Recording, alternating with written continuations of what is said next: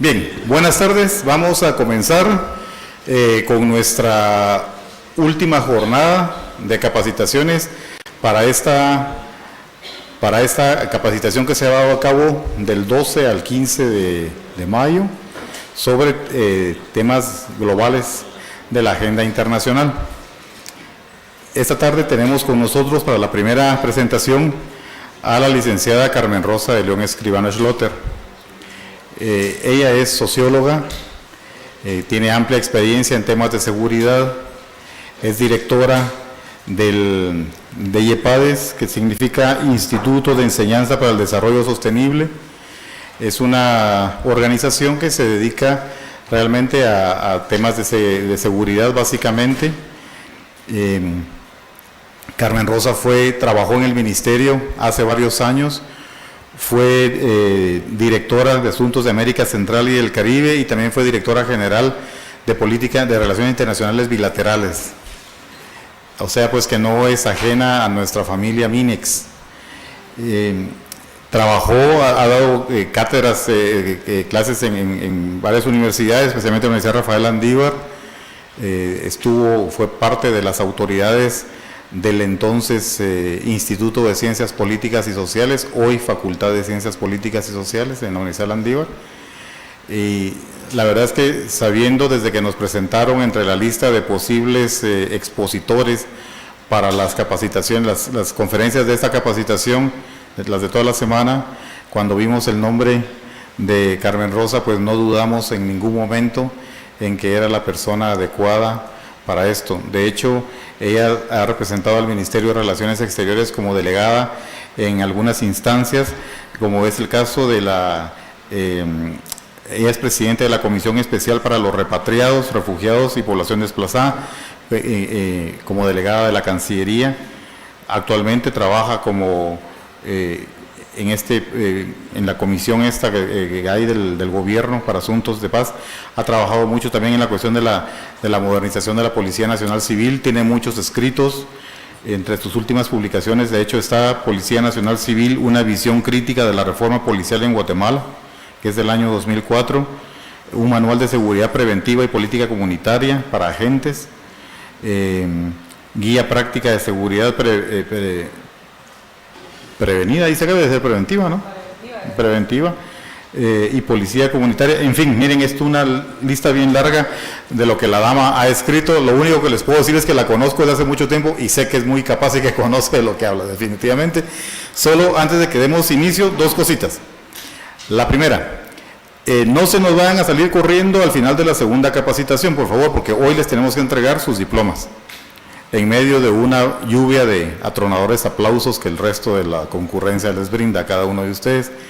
Y la segunda cosa, que es más importante todavía, porque el diploma últimamente lo podrían recoger en la oficina con nosotros, en la oficina del proyecto, pero lo que es más importante, que sus teléfonos los pongan en vibrador.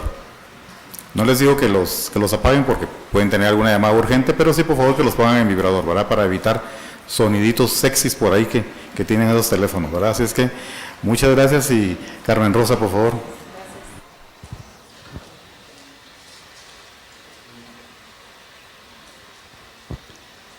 Bueno, buenas tardes a todos y todas. Es un gusto estar acá con ustedes y intentar hacer en el poco tiempo que hay, bueno, es bastante, pero intentar hacer un resumen de la seguridad en Guatemala y la agenda global. Lo planteé así porque al final no es tanto lo que la agenda global nos diga en materia de seguridad, sino que es cuáles son las necesidades de seguridad de Guatemala o cuáles son los problemas básicos de seguridad de Guatemala y en función de eso cómo vamos a trabajar o definir una agenda global. Y sobre todo proviniendo de Cancillería es muy importante conocer cuáles son los problemas nacionales que luego pueden tener y tienen una vinculación internacional. Al final la mayor parte de los problemas de seguridad que vamos a encontrar son problemas que se van a, digamos, que tienen una coyuntura transnacional y tienen una diversidad transnacional que ha sido después también motivo de varios reuniones en Naciones Unidas, porque al final los problemas de seguridad han terminado siendo problemas globales de seguridad, aunque las soluciones deben encontrarse desde la perspectiva y el ámbito nacional o regional. A ver, ¿a dónde tengo? Ya le di para donde no era. Es que era. Ahí está. Solo voy a hacer una introducción bastante breve en el tema del concepto, porque si hablamos de seguridad tenemos que saber de qué estamos hablando, ¿verdad? Es decir, qué implica seguridad. Yo no sé si alguien tiene un concepto de seguridad o qué es lo que se les imagina cuando uno habla de seguridad, cuando dicen hay problemas de seguridad. ¿Alguien tiene una definición? ¿Qué es seguridad? ¿Cómo definen ustedes seguridad?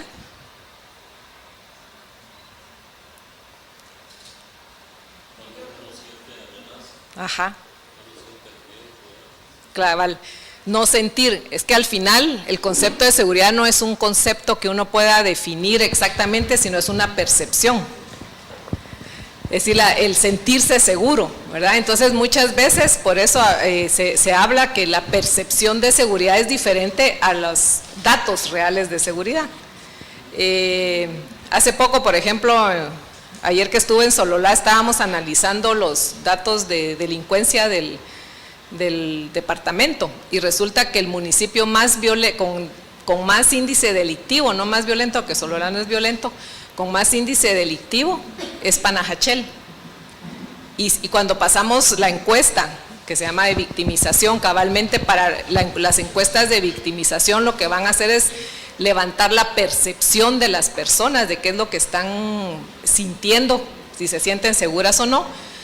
Curiosamente, el municipio que se siente más seguro es Panajachel, ¿verdad? Entonces muchas veces no tiene que ver los datos reales de inseguridad con la percepción de las personas, ¿verdad? Entonces, pero de hecho la seguridad es sentirse seguro o estar seguro, ¿verdad? Estar seguro y uno se siente seguro porque percibe que está asegurado en el entorno.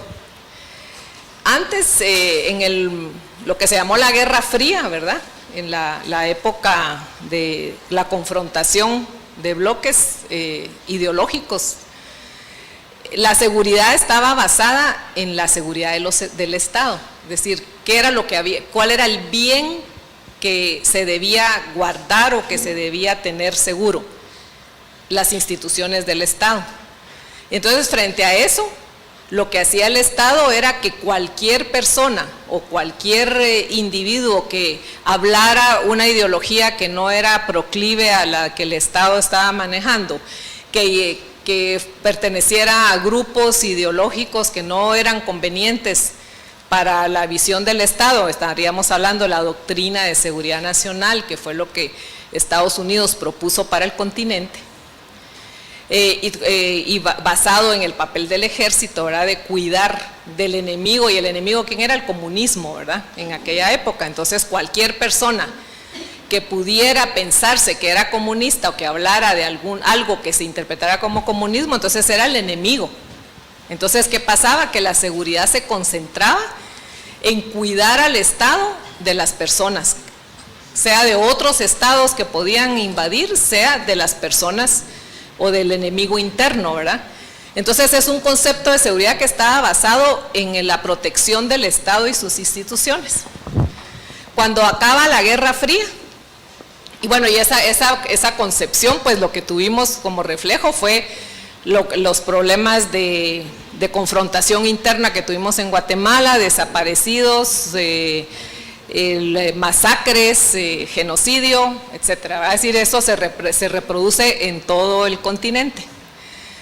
Cuando termina la Guerra Fría, entonces ya los enemigos no eran los comunistas del bloque, porque el bloque soviético se disuelve, entonces empieza a buscarse, bueno, realmente la seguridad, ¿dónde debe estar? Vamos a seguir pensando que tenemos que defender las instituciones del Estado, ¿contra quién? Si ya no tenemos enemigos. Entonces empieza a haber un cambio de ese concepto de seguridad. Y el cambio es, bueno, pensemos entonces qué es lo que debemos proteger.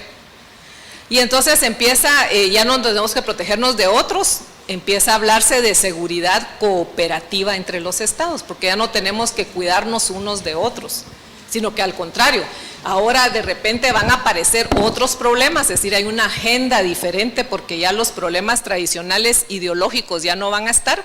Entonces, ¿cuáles son nuestros verdaderos problemas ahora que no tenemos que estar peleando unos con otros? Entonces empiezan a surgir otros nuevos problemas como pueden ser la pobreza, la migración, empezaron a ver la falta de desarrollo, se empieza a ver como uno de los problemas principales de los países, y todo esto lleva entonces a buscar un nuevo concepto de seguridad. Y los primeros que tenemos un primer concepto de seguridad somos los centroamericanos, a través del Tratado Marco de Seguridad Democrática. El Tratado Marco va a surgir en la discusión regional porque se hace toda una agenda de desarrollo a nivel de la región.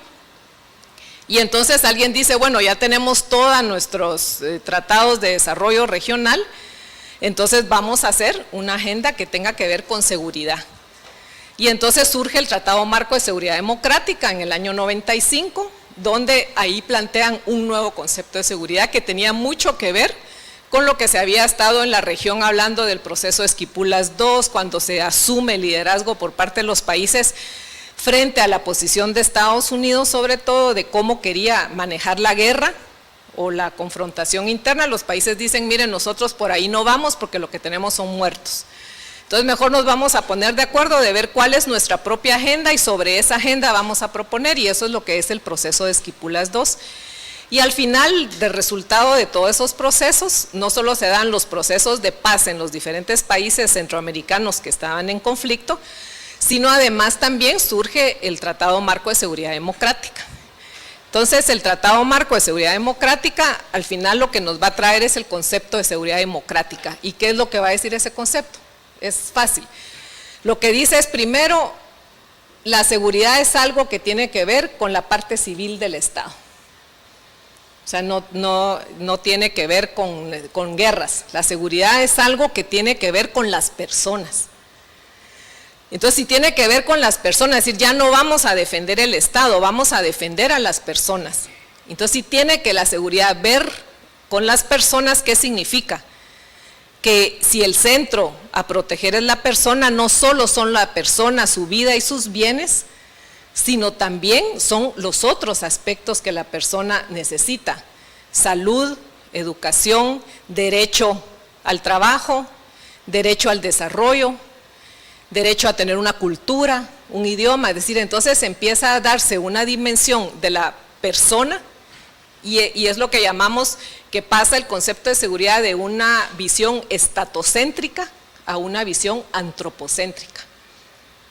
Y entonces esto lo que nos va a dar es cabalmente, o sea, frente a amenazas que han variado y por lo tanto hay que responder de otra forma, porque a la pobreza no le vamos a responder con el ejército. A la pobreza hay que buscar otros componentes. Los derechos humanos también se vuelven la base de ese nuevo concepto de seguridad, porque son los derechos de las personas, no solo, como decíamos, los bienes y la vida, que es como la visión más restrictiva de seguridad, sino es el derecho a vivir en un ambiente seguro. Y vivir en un ambiente seguro quiere decir que yo tengo mis necesidades satisfechas, que yo considero que el Estado va a defender mis derechos, es decir, que tengo acceso a la justicia. Y entonces empieza a haber toda esta nueva visión de cómo el Estado debería organizarse para proteger a la persona en su conjunto. Y, que me dejé por acá Entonces, lo que va a pasar, contemporáneamente a esta discusión que se da a nivel regional, resulta que Naciones Unidas también empieza a explorar en la misma línea. Entonces nosotros los centroamericanos pues tenemos acuñado el tema de seguridad o el concepto de seguridad democrática, que después va a coincidir con el concepto de seguridad humana. Claro, el Tratado Marco de Seguridad Democrática pues lo va a definir en una forma más amplia, además va a proteger sobre todo el tema de la preeminencia del poder civil, porque recuérdense que estábamos saliendo de las guerras sobre el militar, y entonces aquí ya Naciones Unidas va a hablar del concepto de seguridad humana, que es muy parecido. Y luego cuando llegamos a los acuerdos de paz de Guatemala, se va a hablar de seguridad integral. Pero la nueva visión es la misma, es decir, el hombre y la mujer, por supuesto, ¿verdad?, al centro del bien a proteger. Incluso hay toda una corriente ahora en Naciones Unidas que se llama el R2P, que es la responsabilidad de proteger. O sea, ya Naciones Unidas está hablando de la responsabilidad de proteger, ¿verdad? Y eso implica, por ejemplo, que ya el tema de soberanía no queda tan claro, porque ya Naciones Unidas dice que si se está violando sistemáticamente los derechos de un pueblo por parte de sus autoridades, es superior la responsabilidad de proteger a esas personas por parte de Naciones Unidas y que puede eventualmente intervenir. Digamos, esa ya es como la nueva etapa de los conceptos de seguridad y soberanía, ¿verdad? Entonces, lo que habíamos hablado, ¿verdad? Entonces, la seguridad se amplía a la garantía que las necesidades de la sociedad, sobre todo los grupos más vulnerables, estén plenamente satisfechas. Y seguridad humana, al final, Naciones Unidas lo va a definir muy brevemente, que basa el concepto de seguridad humana en dos componentes principales. Cabalmente lo que decíamos, sentirse, ¿verdad? Porque esa era la base, o sea, la seguridad es que yo me sienta, es una percepción. Entonces es sentirse libre del miedo. O sea, yo puedo caminar tranquilamente, yo sé que sentirme libre del miedo que me van a asaltar, que van a asaltar mi casa, que me va a pasar algo, y estar libre de necesidades. O sea, son los dos conceptos. Esto ha planteado algunos problemas conceptuales porque de alguna forma hay un momento en el cual se cruza la agenda de seguridad con la agenda del desarrollo. Porque al final, si es estar libre de necesidades, entonces cuando uno habla de la pobreza o de la salud o la educación, entonces eso ¿qué tiene que ver con seguridad? O sí tiene que ver con seguridad, pero entonces son aspectos que van cruzando la agenda de seguridad. Por un lado es el Estado me tiene que proteger a mí, a mis bienes, para estar yo, sentirme segura, pero por otro también tiene que darme para que yo no tenga necesidades o mis necesidades estén satisfechas. Entonces son los dos aspectos y a veces cuesta mucho. ¿Por qué? Porque, por ejemplo, de este concepto es donde va a salir sobre todo el tema de prevención, porque se dice hay que invertir en prevención para anticiparse a los problemas que puedan venir después. Pero cuando, por ejemplo, les voy a dar el ejemplo, el Instituto Latinoamericano de Naciones Unidas para la Prevención del Delito y la NUD, ha hecho una serie de correlaciones a lo largo de todos estos años para definir cuáles son los factores que van a incidir para que haya más delito en el futuro en un país. Entonces, el primero que dice es población joven. Si tenemos población joven, ya tenemos probabilidades de tener más delito en el futuro. Entonces, a mayor población joven, un país tiene más probabilidades. El segundo es esa población joven fuera del sistema escolar. A más jóvenes fuera del sistema escolar, más probabilidades de delito en el futuro. En Guatemala, más o menos, solamente el 17% de los jóvenes de cada año tienen acceso a educación de bachillerato, lo cual quiere decir que ya solo ese 17% va a poder llegar a la universidad. De ese 17% creo que es un 4% el que llega a la universidad. Entonces tenemos un 80%, por decirle, anualmente de jóvenes que no tienen acceso ni siquiera al bachillerato. Vayan sumando probabilidades, población joven fuera del sistema escolar. La tercera es capacidad de consumo. A menor capacidad de consumo, más delito. ¿Por qué? Porque lo que no encuentro, yo quiero usar los tenis de marca, los pantalones de marca, quiero usar el celular de marca y resulta que no tengo dinero para comprarlo. Entonces, mi capacidad de consumo no da para eso, entonces, ¿qué voy a hacer? Robármelo. Entonces, esa es otra variable que incide en el tema de delito. El cuarto es inequidad. A mayor nivel de inequidad, ¿Alguien sabe qué es, cómo resumir inequidad?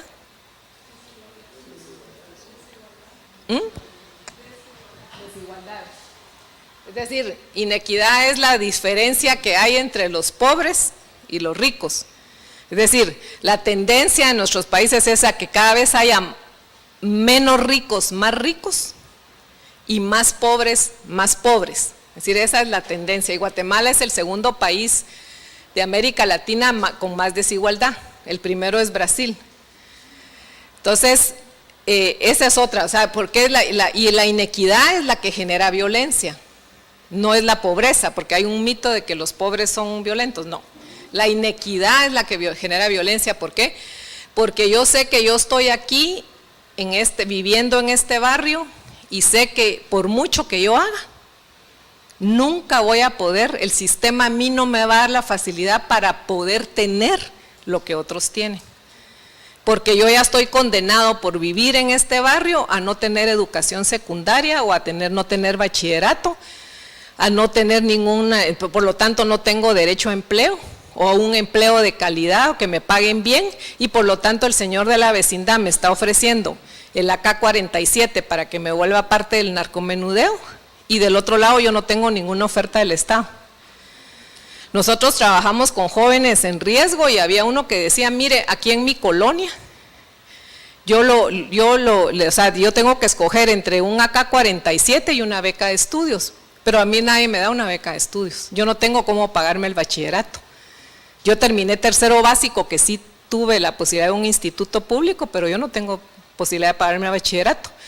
Y el señor de la vecindad me está ofreciendo eso. Y yo sé que entonces voy a ganar dinero con el AK-47, voy a vivir 3 años o 4, voy a vivir bien, le voy a dar dinero a mi mamá, mi familia va a estar bien, porque del otro lado yo no tengo absolutamente ninguna otra alternativa ni ninguna otra oferta. Entonces eso es lo que genera violencia, la inequidad, ¿verdad? Porque yo sé que el sistema a mí no me va a dar, o sea, yo sé que no estoy libre de que mis necesidades estén cubiertas. Más bien el sistema me margina, entonces eso es lo que genera normalmente la violencia. Y el otro indicador es la urbanización desordenada. ¿Por qué? Porque cuando hay una urbanización, Guatemala es una gran concentración, las personas vienen a la ciudad capital, ¿por qué? Porque no hay servicios en sus comunidades, aquí vienen a buscar servicios, se generan asentamientos, esos asentamientos no tienen las condiciones para tener tanta gente, no están planificados, no están, entonces uno tiene que hacer 3 horas de tráfico para llegar a los trabajos, es decir, todo ese desorden urbano va generando no solo violencia, sino hacinamiento y también nuevamente la ausencia de recursos, ¿verdad? Entonces al final termina siendo un elemento que va a ir a generar más delito, ¿verdad? En el futuro. Entonces, imagínense, todas estas correlaciones que yo les he dicho, ¿qué tienen que ver con más policía o más militares? Y son problemas de seguridad, son problemas de incremento de delito. Entonces, ¿qué implica? Por eso es la agenda de seguridad humana, implica que si yo quiero tener más seguridad en el futuro, lo que tengo que hacer son políticas de inversión social que hagan que haya más escuelas para los jóvenes, sobre todo educación para el trabajo, que haya oportunidades de empleo, que haya una urbanización acelerada, que se desconcentre el desarrollo en el país y que haya acceso a los recursos, que haya una mejor distribución de los recursos. Entonces, como ven, ninguna de estas cosas tiene que ver con el tema de seguridad, pero sin embargo es la clave para que tengamos seguridad en el futuro. Entonces, esta es lo que refleja, digamos, el concepto de seguridad humana. O sea, nosotros no podemos garantizar la seguridad solo porque tengamos más policías o invirtamos más en armas de fuego, ¿verdad? La seguridad se genera creando condiciones para que haya un ambiente seguro para todos y todas. El que tenga alguna pregunta o algo me puede interrumpir. Entonces, el concepto de seguridad humana define estos ámbitos ya como parte de la seguridad. Seguridad económica, alimentaria, en salud, la seguridad ambiental, es decir, va viendo todas las dimensiones que puede tener el concepto de seguridad. la seguridad personal, que es la que hablábamos, ¿verdad?, de la vida y los bienes, la seguridad en la comunidad y la seguridad política.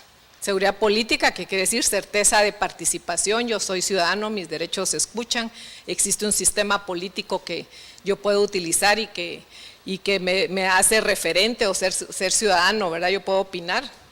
Es decir, cada una tiene ya sus propias dimensiones.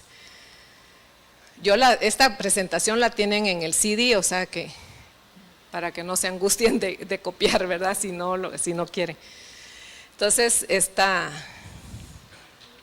entonces esta ya caemos, entonces se los puse porque yo creo que es importante revisar el concepto de los acuerdos de paz, que vuelve.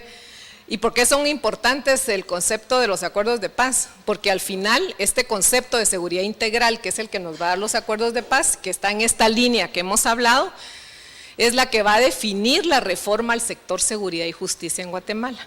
Es decir, este concepto, porque cuando nosotros dijimos tenemos un nuevo concepto de seguridad, no es que automáticamente la policía se convirtiera de una policía que perseguía a los ciudadanos en una policía que va a defender sus derechos. Es decir, hay instituciones que tienen que transformarse, que tienen que hacer todo un cambio, y todavía estamos haciendo ese cambio, porque los conceptos es fácil ponerlos, que las instituciones se trabajen en función de ese concepto es lo más difícil. Entonces lo que se llama la reforma al sector seguridad y justicia, porque al final los acuerdos de paz nos ponen una agenda donde dice la policía va a ser civil, la policía se va a dedicar a esto, el ejército se va a dedicar a otro ámbito, el sistema de justicia se va a reformar, se va a mejorar el acceso al sistema, incluso pone los consejos de desarrollo como un mecanismo de participación porque es parte fundamental de ese nuevo concepto de seguridad, ¿verdad?, de la seguridad política y de acceso a la toma de decisiones. Entonces, aquí dice, la seguridad es un concepto amplio que no se limita a la protección contra las amenazas armadas externas, y aquí le está definiendo ya el ejército. Además, recordémonos que salíamos de una guerra donde el ejército controlaba todo el aspecto de seguridad. Entonces dice, las amenazas armadas externas a cargo del ejército. Ahí ya le está poniendo un orden. O a la protección contra las amenazas al orden público y la seguridad interna a cargo de la Policía Nacional Civil.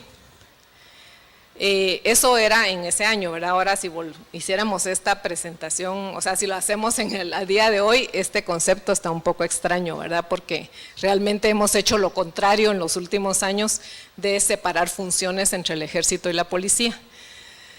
El conjunto de los acuerdos de paz de Guatemala plantea que la paz firme y duradera requiere el respeto a los derechos humanos. Entonces aquí vamos con el nuevo concepto integral, de seguridad integral, al carácter multiétnico, pluricultural y multilingüe de la nación guatemalteca, el desarrollo económico del país con justicia social, la participación social, por eso los consejos de desarrollo, porque es el mecanismo institucionalizado de participación social, la conciliación de intereses y el fortalecimiento de la institucionalidad democrática. Entonces, como ven, ya es un concepto que va en la línea de lo hablado. Entonces, bueno, aquí vuelve a repetir que este concepto no puede separarse del ejercicio de los derechos ciudadanos y deberes políticos, económicos, sociales y culturales.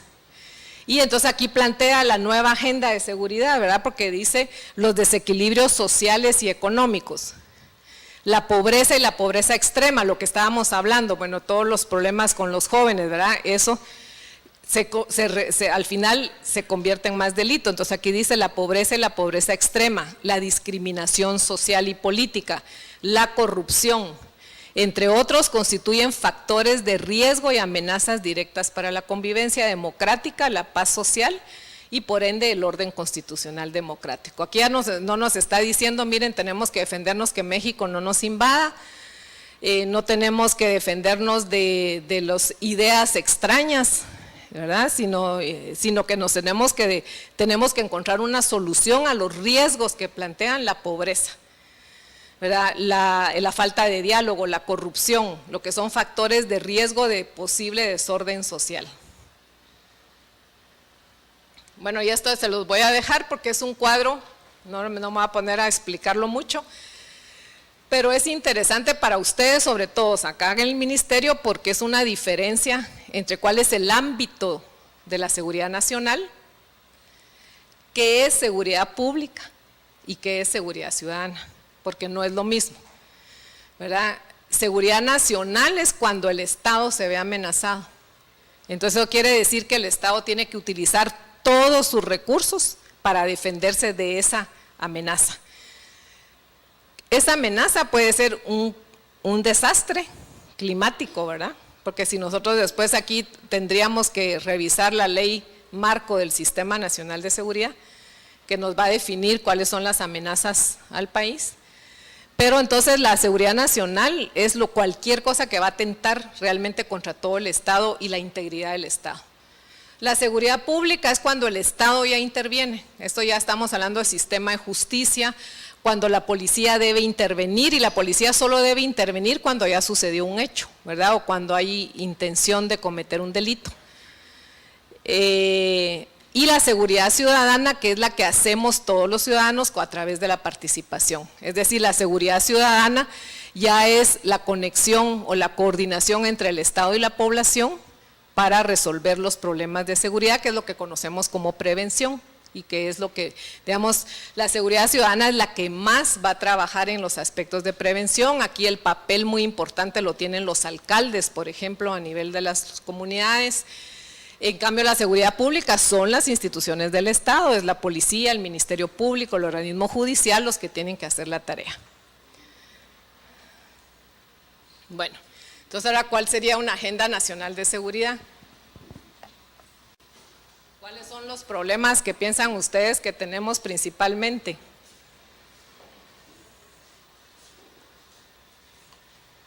Así se despiertan del almuerzo. Las maras, sí. Extorsiones.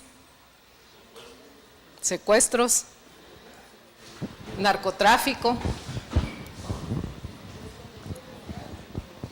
Descontento social. Violencia intrafamiliar. Como que por ahí estamos. ¿Ah? Pero digamos más en el salud, y sí, está bien. Ya cuando hablamos, para hablar de una agenda nacional de seguridad, pues prácticamente han planteado, ¿verdad? Lo que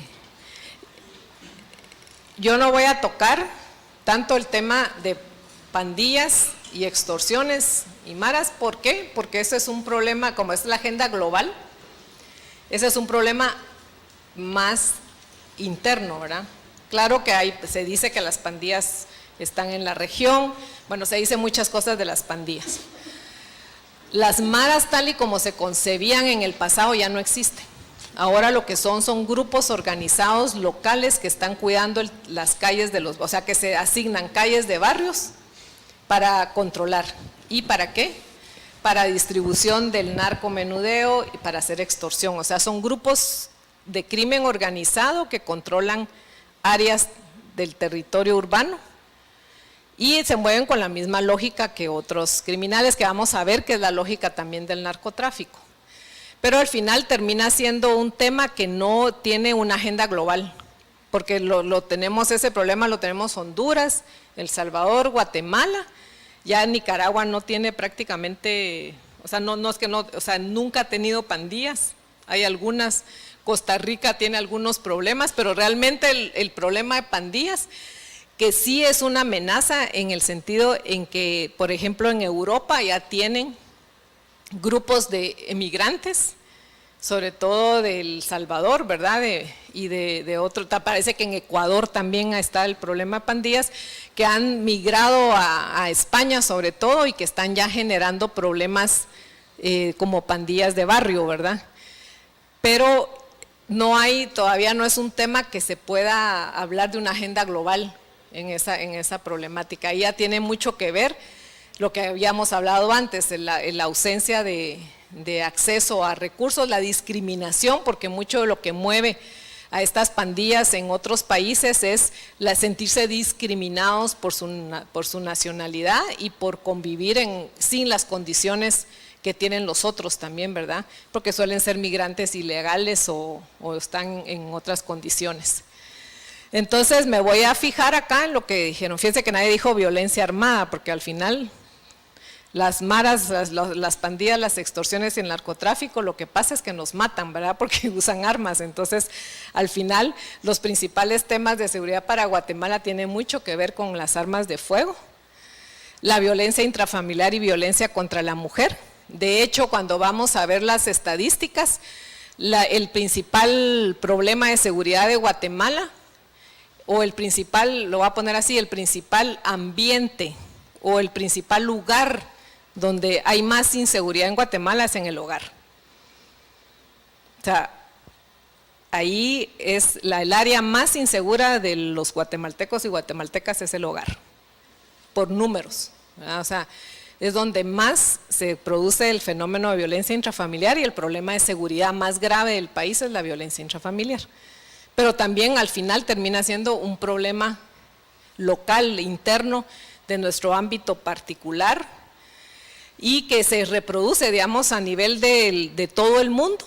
El principal problema que hay es la violencia intrafamiliar, es decir, no somos únicos nosotros. Principal causa de muerte de las mujeres alrededor del mundo, el 70% más o menos. Acaba de salir un informe bien interesante de ONUD, un último que hicieron sobre varios delitos y resulta que el 70%, creo que decía, anoche lo vi, de las muertes de mujeres en el mundo son por la pareja, se dan dentro del hogar por alguien relacionado con la mujer. Entonces al final los problemas no solo los tenemos nosotros, son problemas mundiales y es el único delito que no han podido reducirse a nivel mundial, sino que al contrario incrementa.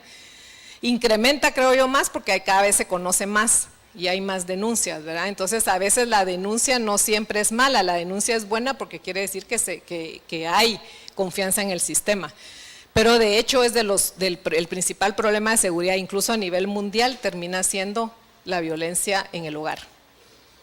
Y el mayor riesgo de muerte de las mujeres es dentro del hogar o con la persona relacionada sentimentalmente con ella. Las fronteras, que para mí es un problema que está poco visibilizado para nosotros, pero que sin embargo ahí se va a reunir la mayor parte de problemas de inseguridades que tenemos, y el crimen organizado, que me voy a fijar mucho en el narcotráfico porque al final es el que va a definir nuestra agenda de seguridad, el combate al narcotráfico. Ahí no van a llegar al distinguir, esta es es de la ONUD también, es una tabla de cuáles son los homicidios intencionales a nivel mundial, que está hecho al 2012. El que salió ayer, que lo vi, ya ha variado un poco, pero a nivel de subregiones, Centroamérica es la región más violenta del mundo. O sea, Centroamérica es la región que tiene la tasa más alta de homicidios intencionales de todo el mundo, que es 41 sobre 100,000 habitantes. La OMS dice que cuando hay más de 10 muertes por 100,000 habitantes, hay una epidemia. Es decir, si un día hay una enfermedad aquí, si hay más de 10 muertes por 100,000 habitantes, se considera epidemia. Aquí en el caso de Centroamérica tenemos 41 por 100,000 de homicidios o de muertes violentas, de muertes intencionales, ¿verdad? La segunda región es África del Sur, y en el informe que estaba viendo ayer yo creo que se cambió, pero sigue siendo América, al final América como continente, la región más violenta del mundo, sin estar con guerras. O sea, nosotros en Centroamérica tenemos más muertos diarios que las guerras que hay alrededor del mundo, ¿verdad? Luego ya viene África Oriental, África Central, Sudamérica, Caribe, ¿verdad? Y después ya países que debe ser muy bonito vivir en ellos, como Polinesia, porque prácticamente no tienen muertes intencionales, ¿verdad?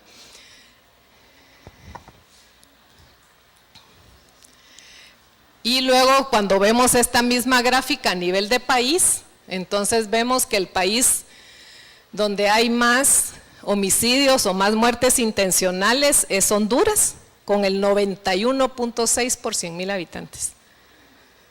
¿Verdad? El Salvador viene después con 70.2, esto puede haber variado porque en El Salvador hubo una disminución, porque estamos hablando de datos 2011, sí, porque el informe es 2012. El Salvador se supone que bajó la tasa por la supuesta tregua, ¿verdad? Que todavía está medio en duda de los resultados, pero aparentemente bajaron, al menos están volviendo a subir, pero al menos bajaron durante una época los homicidios.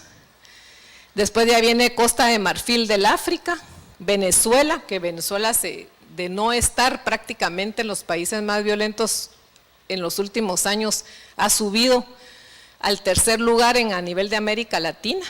Jamaica, ¿verdad? Después viene Islas Vírgenes estadounidenses, Belice, que también ha empezado a tener un protagonismo a nivel mundial por el nivel de homicidios, y viene de Guatemala. Estamos en el 8, ya no estamos, antes estábamos en el 3, hemos bajado, o sea, en Guatemala, y ahora por los niveles que tenemos ahora estaríamos más o menos al nivel de Colombia, como en el 15, ¿verdad? Sí estamos bajando los niveles, pero igual estamos dentro de, o sea, bajamos del 5º al 8º, buenísimo, pero no, tampoco es como ser el 8º país más violento del mundo, no es como mucha garantía, ¿verdad? Pero ahí vamos. Entonces, por eso yo les decía,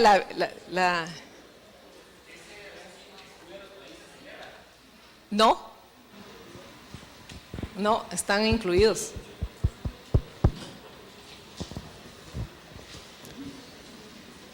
Perdón, Carmen Rosa, antes de que lo pases. Es que me llama la atención que de 15 países, de los primeros 15, 10 son de este hemisferio. Sí, es que es el continente más violento. Tremenda las mujeres en este hemisferio, ¿no? O sea, y es el continente más violento por el uso pero además lo más increíble es que es la pregunta si están en guerra o no, pues puede ser que, porque aquí lo que están hablando son muertes intencionales, ¿verdad? Yo no sé si se considera dentro de una guerra una muerte intencional o no, pero son niveles de homicidio, entonces habría que ver, pero de todas formas, ahí no aparecen, ¿verdad? O sea, no aparecen. Lo más increíble es que son muertes intencionales, la mayor parte por arma de fuego, ¿verdad? Porque también aquí están acumulados los que son por arma blanca, golpes, etcétera, pero fundamentalmente por arma de fuego. Yo quité esa gráfica porque me pareció que era repetitivo, pero realmente, por ejemplo, Guatemala, El Salvador, o sea, estamos los 3 países, Guatemala, El Salvador y Honduras. Si nos fuéramos a Costa Rica y Panamá, que es el que viene ahorita, los niveles son más bajos. Sin embargo, la mayor parte, cuando vemos el global de homicidios de cada país, aproximadamente el 80%, vemos en el caso de Guatemala es como el 78%, casi 80%, y en algunos años ha sido más, es causado por armas de fuego. Igual en Costa Rica, el 80% de sus homicidios, aunque sean pocos, están relacionados a armas de fuego. Entonces, al final, el detonante, digamos, de esos homicidios son las armas de fuego, porque el porcentaje es muy parecido entre todos los países en cuanto a cuál es el instrumento que se utiliza para matar, por así decirlo, ¿verdad? Y además lo increíble es que todas esas son armas en manos de particulares. No estamos hablando de armas del ejército ni de la policía. Estas muertes ocurren por armas en manos de civiles, ¿verdad? No son por parte del Estado.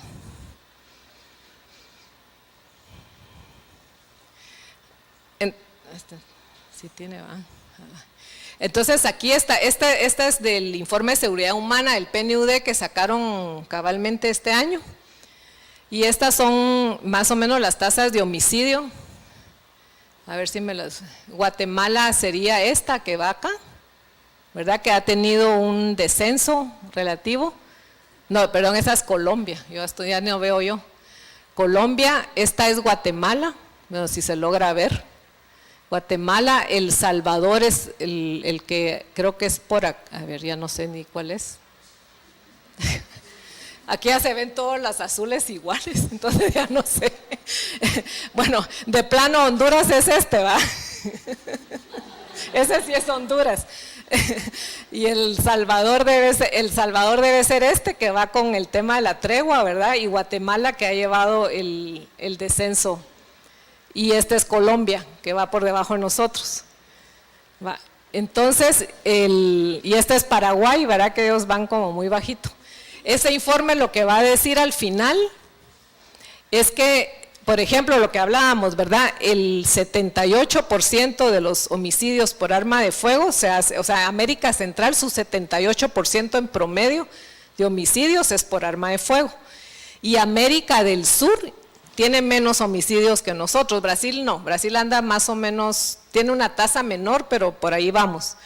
Pero sin embargo el 83% es por arma de fuego, es decir, esto lo que nos enseña es el peso que tienen las armas en la violencia, ¿verdad?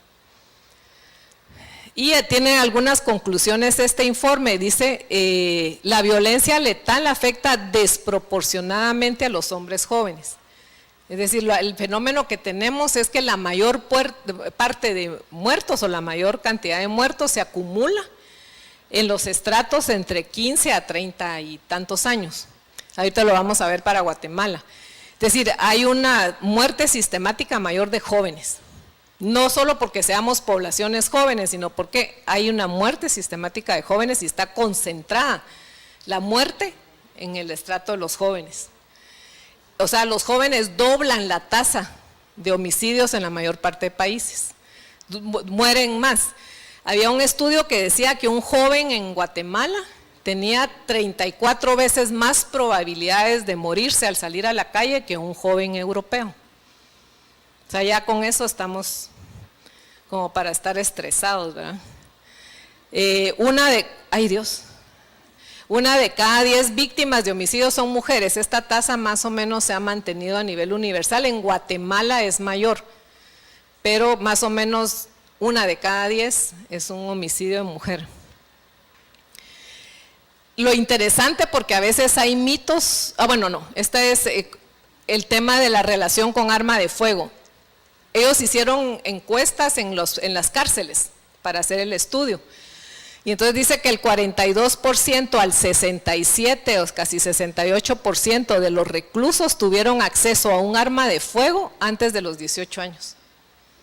¿Verdad? O sea, quiere decir que la relación con las armas de fuego también incide en la violencia juvenil. Y que el alcohol es la droga más consumida antes de cometer un delito de violencia contra la mujer. O sea, aquí vamos a ver lo que se llaman factores de riesgo. Cuando uno habla de seguridad, habla de factores de riesgo. Los factores de riesgo son los que van a hacer que se cometa, o sea, que van a facilitar la comisión de un delito. Y esos factores de riesgo son fundamentalmente 3: presencia de arma de fuego, alcohol o drogas. ¿Verdad? Que podían ser 2, pero pueden ser los 3. Entonces, cuando se juntan alcohol y drogas, o alcohol y drogas y armas de fuego, o sea, alcohol y armas de fuego, incrementa la posibilidad de delito. Aquí también las quité anoche porque eran muchas filminas, pero por ejemplo en Guatemala la mayor parte de homicidios se cometen los días viernes, sábado y domingo. O sea que hay que quedarse, no sabe uno si quedarse encerrado en la casa o irse de la casa, porque entonces si encima es donde nos matan a las mujeres, más bien deberíamos estar de parranda los 3 días y no estar en la casa, ¿va? Pero, porque son viernes, pero ¿por qué se da eso? Se da eso porque de plano la gente bebe y tiene un arma a la mano, ¿verdad? Porque el tema de las armas no es tanto el arma en sí, sino que el hecho de tener un arma hace más letal cualquier conflicto. O sea, yo estoy con un amigo y hablamos de fútbol y ya, ¿verdad? Sobre todo que si Pirulo está bueno que está en la cárcel o que no está bueno que está en la cárcel. A las 4 cervezas nos estamos pencaseando y yo soy a favor de Pirulo, tú no, y si tenemos un arma nos damos un balazo. ¿Verdad? En cambio, si no tenemos el arma, nos damos un golpe o un empujón, nos peleamos y al día siguiente nos hablamos como que sin nada. eso nada que decir con el tema de violencia intrafamiliar, ¿verdad? El problema de una discusión, y todos hemos tenido discusiones terribles, porque uno tiene momentos de cólera que no piensa en nada. Si uno tiene un arma en la mano, hay mucha probabilidad de que sea un conflicto letal. Entonces, cuando se pregunta a los que están presos, porque los narcos, la mayor parte no están presos, ¿verdad? Están presos la gente común que comete homicidios. Esta gente común que comete homicidios, se pregunta, ¿y usted por qué hizo lo que hizo? Porque estaba en un momento de cólera y tenía un arma en la mano.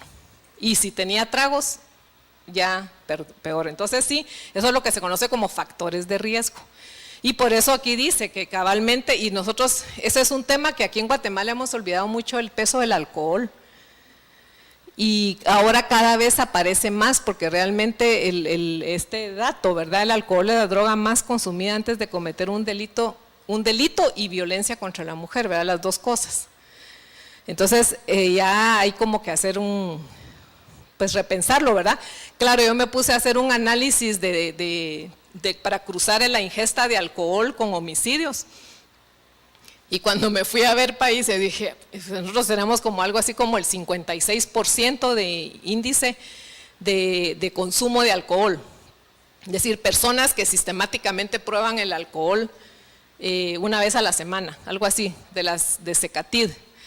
Entonces yo, ya dije, aquí está la relación, y efectivamente sí hay una relación, pero luego cuando me fui a ver los índices de España son como el 75%, ¿va? Entonces realmente hay países que consumen más alcohol que nosotros, pero no sé si es una ingesta sistemática, pero la cuestión es que el alcohol sí tiene una relación con la violencia contra la mujer.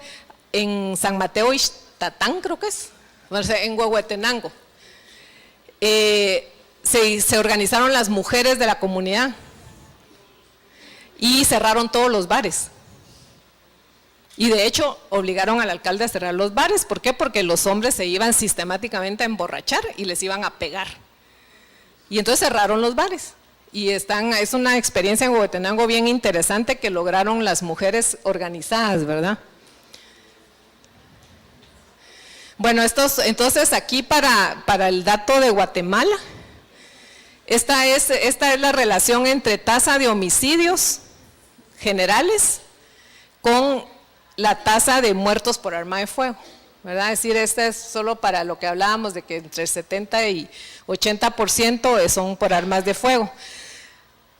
Lo interesante de esta gráfica, y yo les voy a dejar un documento ahí porque si no me extendería mucho en la argumentación, es que hemos bajado los niveles de homicidio desde el 2009 para acá. Y Guatemala estamos mal, pero sin embargo tenemos podríamos hacer análisis de buenas prácticas porque de hecho estamos bajando los homicidios. Ya por algunos programas que nosotros creemos que deberían haber funcionado y no siguieron funcionando en el actual gobierno, hay ya una tendencia al estancamiento y creemos que esto va a subir, porque el año próximo es elecciones y con la violencia política creemos que puede subir, ¿verdad? Esa sería la hipótesis, ¿verdad? Y porque no se siguieron haciendo cosas que deberían haberse seguido haciendo en materia de prevención. Pero de hecho, pues ha bajado la tasa, como decíamos, no podemos estar felices porque estamos en 34 por 100,000 ahora de homicidios, pero veníamos de 46, o sea, sí estábamos, acuérdense que con éramos cuando estábamos los terceros a nivel mundial, ¿verdad?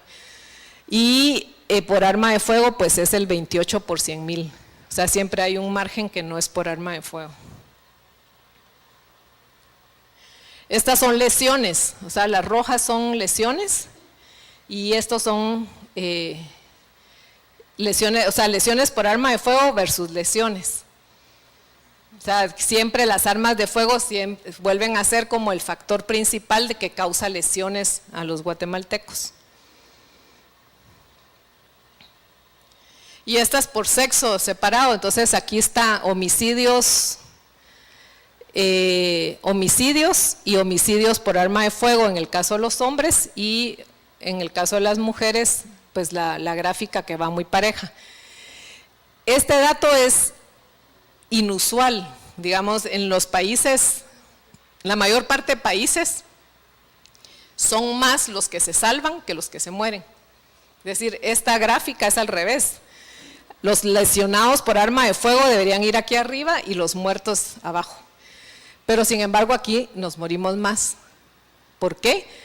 Bueno, esa es nuestra interpretación, porque el sistema de salud no funciona. Cuando vemos el mapa, hay un mapa que tenemos de homicidios, de lesiones, resulta que la mayor parte de lesionados están en el área metropolitana. ¿Por qué? Porque es la gente que llegó herida y se salvó. Porque hay un sistema de salud que responde. Los que son heridos en lugares apartados se mueren. Entonces, esto sí es un reflejo de la ausencia de un sistema de salud, o por lo menos más presencia del sistema de salud. Nosotros acá tenemos, imagínense, Cruz Roja ha venido a dar cursos a los médicos de los hospitales de Guatemala. Los cursos que dan en entrenamiento de fuerzas en situación de guerra, de médicos en situación de guerra, porque está comparado las emergencias de los hospitales con emergencias en situación de guerra, es decir, porque todos los días entran X número de personas con una bala, ¿verdad? El problema incluso de la violencia armada es que una herida de bala destroza tanto a una persona que se requiere mucho más inversión para salvarle la vida. Entonces, los heridos por arma de fuego colapsan los recursos de las emergencias de los hospitales, ¿verdad? Y los que llegan con un infarto o llegan con un problema de salud, digamos, normal, ¿verdad?, natural, quedan fuera, porque la emergencia es más emergencia, porque está en un segundo de que se muera la persona por un arma de fuego, herida por un arma de fuego, que una persona que tiene una enfermedad común.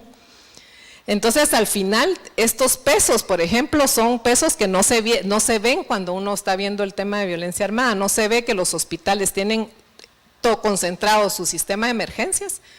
En las heridos por arma de fuego abandonan, digamos, por así decirlo, la prioridad de las enfermedades naturales y por lo tanto quedamos un poco, digamos, también discriminados del sistema porque se concentra todo en salvar a una persona, además del consumo de medicinas que tienen las emergencias cuando son heridos por arma de fuego, o sea que duplica, triplica lo que una enfermedad común va a requerir. Y esto es lo que hablábamos por grupo de edad, ¿verdad? De 18 a 25 es ¿verdad? Que estos son por años, ¿verdad? Este es el año 2009, 2010, 11, 12, ¿verdad? Que tenemos acá, que ha ido disminuyendo, pero al final se concentra entre los 18 a 25 y los 26 a 35 años. Y miran la diferencia. Ahora, tenemos un alto índice también de niños, ¿verdad? Pero definitivamente los homicidios por arma de fuego están concentrados en esa edad.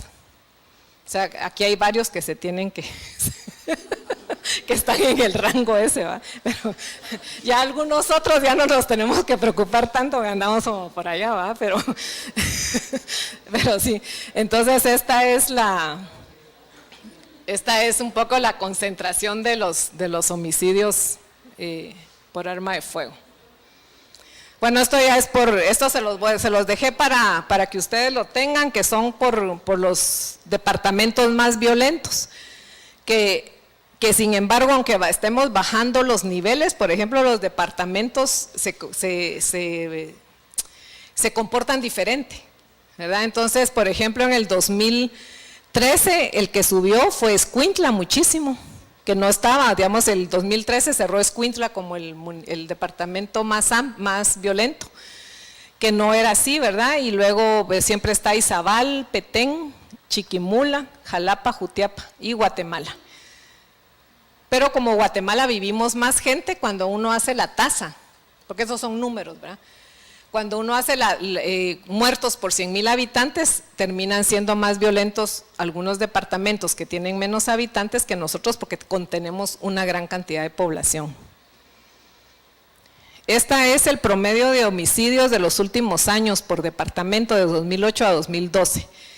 El promedio es la ruedita roja. Este es el promedio de esos años, que es 41 por 100,000 habitantes. Y esta telaraña lo que nos está diciendo es cómo se comportan los departamentos. Entonces aquí vamos a ver, por ejemplo, que para el 2012 era Chiquimula, la que tenía era el departamento con más índice de violencia. Aquí está Escuintla, Guatemala, ¿verdad? Zacapa, Guatemala, Izabal, Jutiapa, Petén, que lo vimos, ¿verdad? Y por ejemplo, otros departamentos prácticamente no tienen, miren, están por aquí, ¿verdad? O sea, están fuera del promedio hacia adentro. Ahí están, bueno, Totonicapán, que a veces tiene uno al año, ¿verdad? Totonicapán, que aquí está, casi en cero. Sololá, Quiché. Sin embargo, también departamentos que uno consideraría o normalmente que pueden ser violentos porque hay narcotráfico, San Marcos, Huehuetenango, están todavía dentro del rango menor. Voy a apurar porque ya se va a terminar mi tiempo y voy como por la mitad de la presentación. Entonces aquí está el tema esto es un mapa para ver dónde está acumulado. Les voy a pasar, o sea, los puntos negros es por arma de fuego, ¿verdad? Lo que veíamos. A más grande el área, digamos, el punto más violentos, el de más muertos por arma de fuego, y esta es la tendencia de homicidios por arma de fuego en Guatemala. Es decir, estamos viendo que la violencia se está concentrando en estas zonas de acá, y acá hay menos, ¿verdad? Acá hay departamentos que tienen un índice de violencia como Suiza, de homicidio por arma de fuego. Violencia intrafamiliar.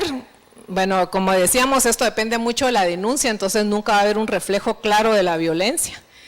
Este es el mapa de violencia de la tendencia. Pero esto es al revés, pero fíjense que esto es interesante porque esto quiere decir que aquí hay más denuncia. No quiere decir que haya más violencia, hay más denuncia acá. Y qué casualidad que donde está la presencia de las armas de fuego, pareciera que las mujeres vivimos nítido, ¿verdad? Que no hay violencia intrafamiliar ni violencia contra la mujer. Lo que nosotros interpretamos es que la presencia de las armas de fuego en las casas y en la vida de las mujeres hace que haya más miedo a denunciar. Entonces que realmente aquí sí están funcionando los aparatos del Estado para la denuncia y la mujer se está sintiendo más libre para denunciar la violencia, mientras que aquí nadie se atreve, ¿verdad? Bueno, y aquí tasas de delitos. Realmente lo que decía Naciones Unidas es que el delito que más sentimos todos los ciudadanos es el robo, ¿verdad? Ese es el que más nos afecta. Las tasas son altísimas en todo el continente, entonces no es… Y bueno, lo que decíamos que la tasa de homicidios no tiene nada que ver con la pobreza, porque si no, los departamentos más pobres son cabalmente en nuestro mapa los que tienen menos niveles de homicidios, por lo menos por arma de fuego. Entonces quiere decir que los niveles de pobreza, de ausencia de presencia del Estado, de falta de servicios, no necesariamente lleva a que haya más violencia. El tema de las armas de fuego, aquí les voy a dejar unos datos. Estos son datos de la importación de armas de fuego, ¿verdad? Es decir, que tenemos a lo largo del 2000 para acá, más o menos hemos importado en los últimos años 95 millones de dólares, estamos hablando de importaciones privadas, o sea, de 95 millones de dólares en armamento y municiones los guatemaltecos, que si lo hubiéramos invertido en otra cosa tal vez estaríamos un poco mejor, ¿va? Y esta es también, digamos, la venta de armas. Aquí lo interesante es ver que esta es cuando se aprueba la ley de armas y municiones, 2009. Entonces ahí sí hay como, empieza a haber un descenso de la compra de armas y municiones a partir de la nueva ley. ¿Por qué? Porque también se restringe la compra de municiones, el número de municiones. Antes podíamos comprar 500 municiones por día, según la ley anterior. Ahora son 250 al mes. También es un montón, pero bueno, por lo menos mejoramos. Y esta es la variación, o sea, cómo se ha comportado la importación de armas, que lo interesante es que baja el número de armas, pero sube el número de municiones que se están importando. Y estos son los países proveedores de armas a Guatemala, ¿verdad? Es decir que provienen fundamentalmente del mismo continente, aunque hay países europeos, sobre todo Turquía y Checoslovaquia, debe estar por aquí, Corea del Sur, que están exportando armas a Guatemala. Y estas son las rutas de tráfico ilícito de armas, es decir, el fenómeno del tráfico ilícito de armas es multidimensional, ha sido multidimensional. Es decir, antes era muy claro que era una línea de norte a sur, bajaban las armas y de sur a norte subía la droga. Ahora esto ya no es así porque viene hacia México, de México pasa a Belice, de Belice pasa a Guatemala, de Guatemala le vuelve a vender a México y luego también desde Honduras sobre todo están vendiendo mucho arma para acá. Entonces ya termina siendo una cosa bastante complicada las rutas del tráfico ilícito de armas, que tiene que ver también con la situación. Voy a ver rápidamente el tema de fronteras, ¿verdad? Las fronteras, pues ustedes trabajan en Cancillería, los que trabajan en esta zona saben que las zonas fronterizas son enormes, o sea, son 16 puertos oficiales y hay solo del lado de México, creo que son como 50 y pico, y del lado de Honduras estos son los 97 puntos ciegos reconocidos.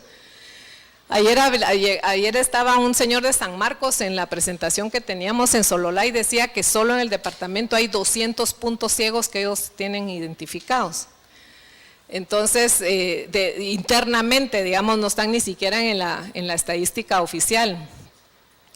Y aquí sí, digamos, las fronteras parecen hechas para que pase de todo, ¿verdad? O sea, la organización de fronteras, y este es un tema muy importante en la agenda global porque cabalmente es la coordinación interinstitucional entre gobiernos, porque este tema ya podemos organizar la de Guatemala, pero no vamos a poder organizar las otras, ¿verdad? Entonces, si no hay una corresponsabilidad de los estados, va a ser muy difícil que podamos resolver este problema de fronteras. Y ahí siempre está el tema del dilema de la apertura comercial, ¿verdad? Siempre pelea el tema de la apertura comercial con las restricciones para el control. Entonces ese es el mapa de los puntos ciegos del lado de México. Estas son fotos que tomamos en una investigación. Este es un paso ciego, asfaltado. Es un punto, esa no es una frontera. Este es un punto donde pasa la gente, pero es totalmente ilegal, ¿verdad? Pero está asfaltado. Ahí van a ver algunas otras. Aquí, esta es la frontera entre Ayutla y Ciudad Hidalgo.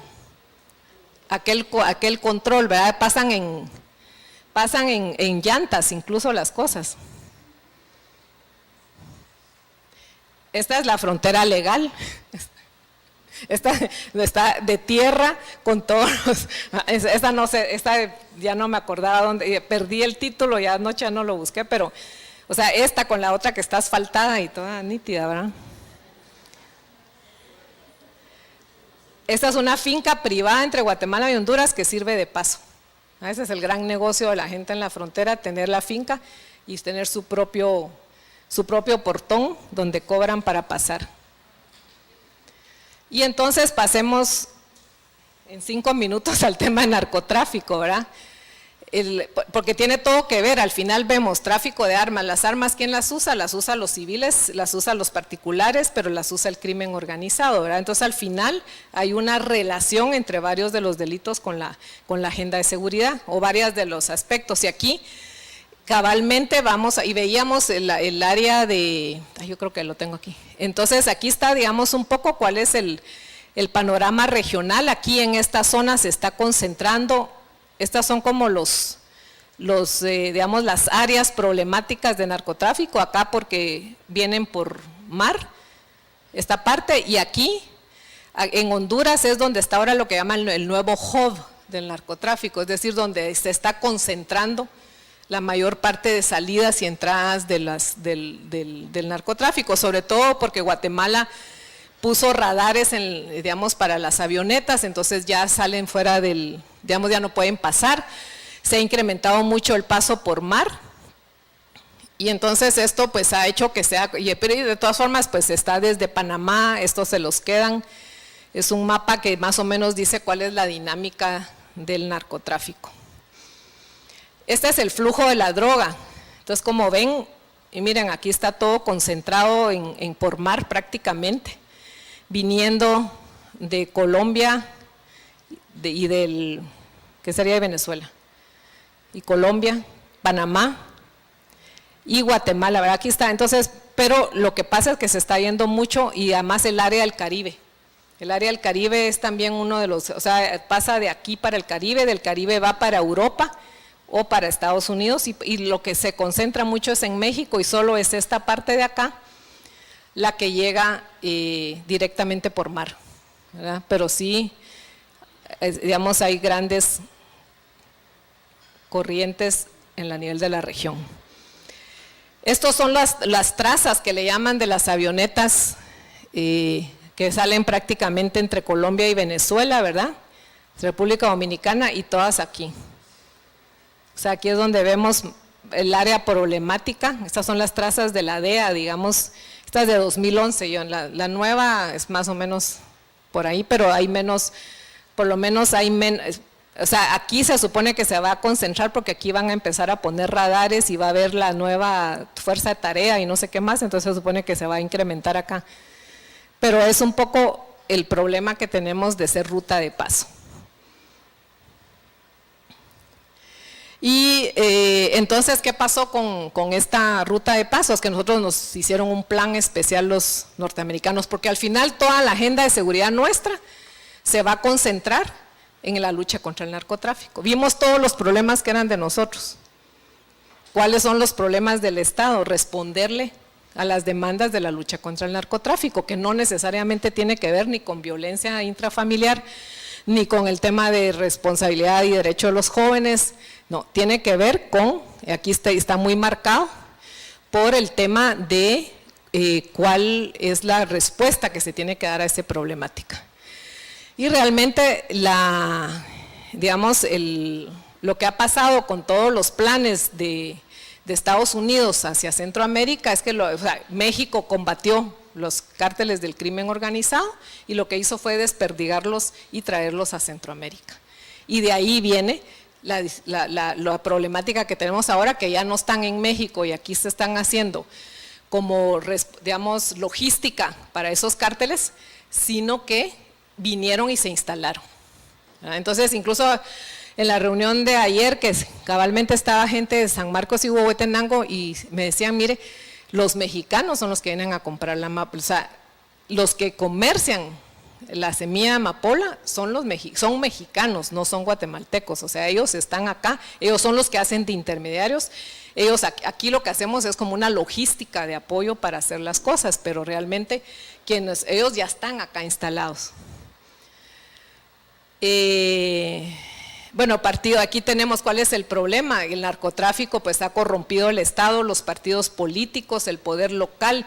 Es decir, habría que hacer un análisis de los alcaldes a lo largo de la frontera, ¿verdad? Porque tiene mucho que ver con ese desorden que vimos de fronteras con derechos de paso. O sea, cuando veíamos el mapa de la violencia en Guatemala, ¿por qué se genera ahí? Porque hay competición por las rutas. O sea, lo que genera la violencia es que se compiten los grupos por las rutas de paso. Narcotráfico, trata, armas, drogas, ¿verdad? Y personas.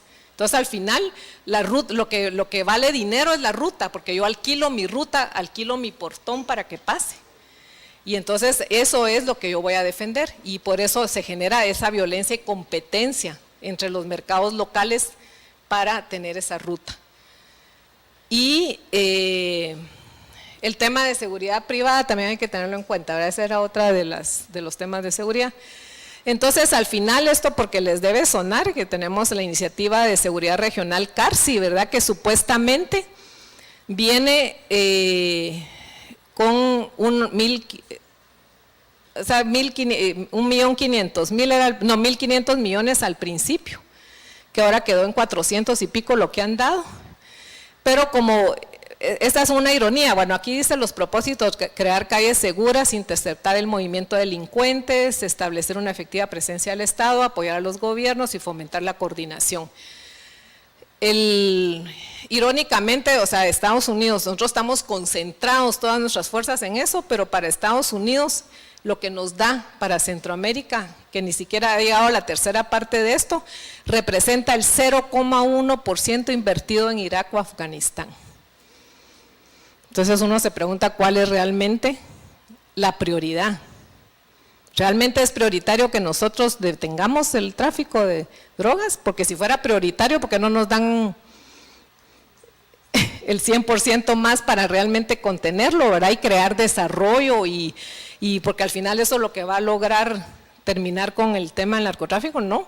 Dan lo suficiente para mantener la guerra, para mantener la contención, pero al final nosotros estamos poniendo los muertos en esa guerra. El consumo en Estados Unidos se ha reducido, más sin embargo la droga es más barata. Eso quiere decir que hay más. Después de tantos años de combate al narcotráfico, el consumo sigue siendo más en Estados Unidos o igual, y nosotros tenemos más muertos. O sea, y el negocio no ha bajado. El negocio sigue viento en popa, y nosotros seguimos poniendo los muertos. Entonces esa es un poco digamos, la lógica, ¿verdad?, de qué estamos haciendo. ¿Cuál es la agenda global de seguridad? ¿Es nuestra agenda global el problema de consumo de Estados Unidos? ¿O cuál debería ser? Y por eso es que, digamos, es interesante que Guatemala sea